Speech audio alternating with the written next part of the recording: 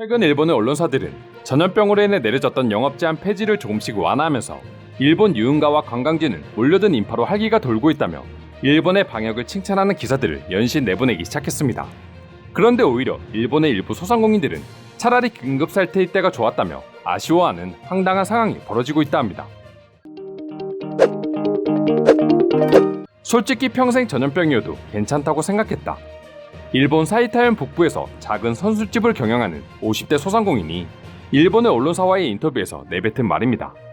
전염병 사태로 인해 술집과 식당들이 영업 제한을 당하면서 문을 닫는 가게들이 끝없이 나오고 있는 상황에서 대체 왜 저런 말을 내뱉은 것일까요?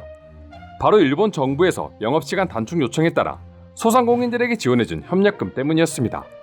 협력금이라는 것은 영업 제한으로 인해 손님이 줄어 생계 유지가 힘든 상인들에게 주는 것이 그 목표였는데, 오히려 일부 가게들의 경우 정부에서 준 지원금이 전염병 사태 이전의 매출보다 더 많았던 것입니다. 차라리 모든 소상공인들이 이처럼 협력금을 통해 이익을 봤다면 문제가 없겠지만 그건 절대 아니라고 합니다. 일본 내 긴급사태가 지난달까지 반년 이상 계속되면서 대부분의 음식점과 주점은 손님이 크게 줄거나 영업을 중단하는 상황이 발생했고, 일본 언론에 따르면 전국 음식점의 무려 10%가 폐점한 것으로 집계되기도 했었기 때문이죠. 일부 소수의 영세 음식점이나 주점들만 협력금을 받아 오히려 돈을 벌고 있는 아이러니한 상황이 발생한 것입니다. 물론 그게 가게 주인의 잘못만은 아니었습니다. 바로 일본 정부 특유의 아날로그 행정이 그 문제였기 때문입니다. 협력금 산정에 있어 한국과 달리 일본은 전염병 이전의 매출액을 기준으로 세심하게 산정하지 않고 체계 없이 일괄 지급해버렸다고 합니다. 인터뷰에 응한 50대 남성의 지역인 사이타마현의 경우 전년 매출액을 기준으로 약 25만원에서 76만원까지 협력금을 지급하고 있다는데요. 앞서 50대 남성이 경영해온 주점의 월세는 약 150만원 정도로 하루에 25만원씩이나 지원되는 협력금 덕택에 생활이 힘들기는커녕 오히려 여유가 생겨 최근에는 자동차마저 구입했다고 밝히기까지 했습니다.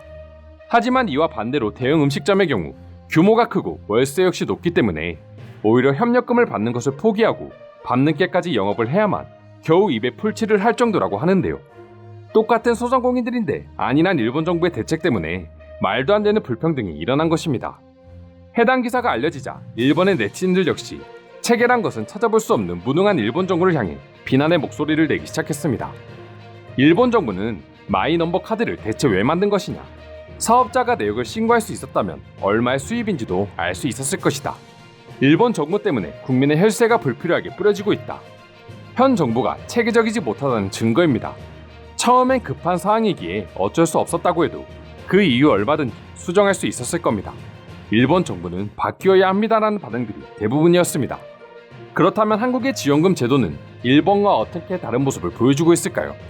물론 한국에서도 크고 작은 논란들이 없지는 않았습니다. 하지만 일본처럼 저렇게 극명한 불평등을 보여주진 않았죠. 예시로 한국의 지원금 제도 중에 소상공인들을 위한 버팀목 자금이 있습니다. 일본과는 달리 체계적인 시스템을 갖추고 있는데요. 해마다 매출을 검토해 매출의 감소율을 퍼센트로 각각 나눠 균등하게 나누고 있으며 직원들의 수나 업종에 따라서도 역시 분류하여 지급하고 있었죠. 그러니 적어도 한국은 일본처럼 일을 하지 않아도 오히려 돈을 버는 사람이 있는 불상사가 벌어지지 않은 것입니다. 게다가 한국은 지원금을 주는 속도 또한 일본과 비교해보면 확연히 달랐습니다. 일본 언론에서는 한국이 지난 9월 지급한 국민지원금이 시작된 지 불과 2주 만에 대상자의 90% 이상에게 배부 완료됐다며 극찬한 일이 있었습니다. 작년 봄 일본의 특별정액급 부분과 비교하면 무려 5배 정도 빠른 속도였기 때문입니다. 일본 언론사 니케이가 한국은 전염병 대책에도 IT를 폭넓게 활용하고 있다. 체계적인 역학조사 지원 시스템을 구축해 불과 10분 만에 감염자의 행동 이력을 파악할 수 있다고 말할 정도로 한국은 일본조차도 극찬할 수밖에 없는 전염병 대책 시스템을 구축하고 있습니다. 지원금 배부 기준에서부터 속도까지 한국과 너무나도 비교되는 일본의 모습에 일본 네티즌들은 한국을 부러워하며 일본 정부를 욕할 수밖에 없는 것이었죠. 일본의 경우 한국처럼 딱히 지원 대상을 분리할 필요 없는 보편 지급이었음에도 불구하고 급부금 지급이 완료되기까지 넉 달가량이 소요되었다고 하는데요. 이 역시 일본의 아날로그 행정이 발목을 잡았기 때문이라고 합니다. 온라인 신청을 위해서는 한국의 주민등록증과 비슷한 일본의 마이넘버 카드가 필요한데 당시 보급률이 고작 16%에 불과했고 오류가 발생하더라도 걸러낼 수 있는 장치가 없어 담당자가 일일이 수작업으로 확인해야 했습니다. 해당 사실이 알려지자 그동안 한국이라면 일단 욕부터 하던 일본인들조차 한국을 부러워하며 자신들의 폐쇄적인 국민성을 비판하기 시작했는데요. 일본의 한 네티즌은 디지털화란 데이터 공유가 하나의 큰 목적입니다. 그런데 일본인은 의심이 많아 그걸 싫어하는 사람들도 많고 결국 그러한 국민성이 일본의 디지털화를 막고 있습니다라는 반응을 보여주며 일본의 낙후된 아날로그 문화를 지적하기도 했습니다. 이처럼 일본의 아날로그 문제는 사람이 살아가는 모든 부분에서 문제를 일으키고 있는 것 같습니다. 힘없는 소상공인들의 생계를 위협할 정도로 말이죠. 아직도 해결되지 않은 전염병 사태에 한국은 일본처럼 되지 않기 위해 더욱 관련 제도를 정비해야 될 것 같은데요. 그럼 지금부터 일본의 지원금 논란에 대해 일본 네티즌들은 어떤 반응을 보여주고 있는지 더욱 자세히 알아보도록 하겠습니다. 일본은 IT를 모르는 늙은이들이 운영하고 있기에 결국 이렇게 된 거다. 선거도 인터넷으로 쉽게 할 수 없고 업무 역시 시청에 가지 않으면 할 수 있는 것이 없다. 일본은 사람이 없으면 할 수 없는 게 너무나도 많다.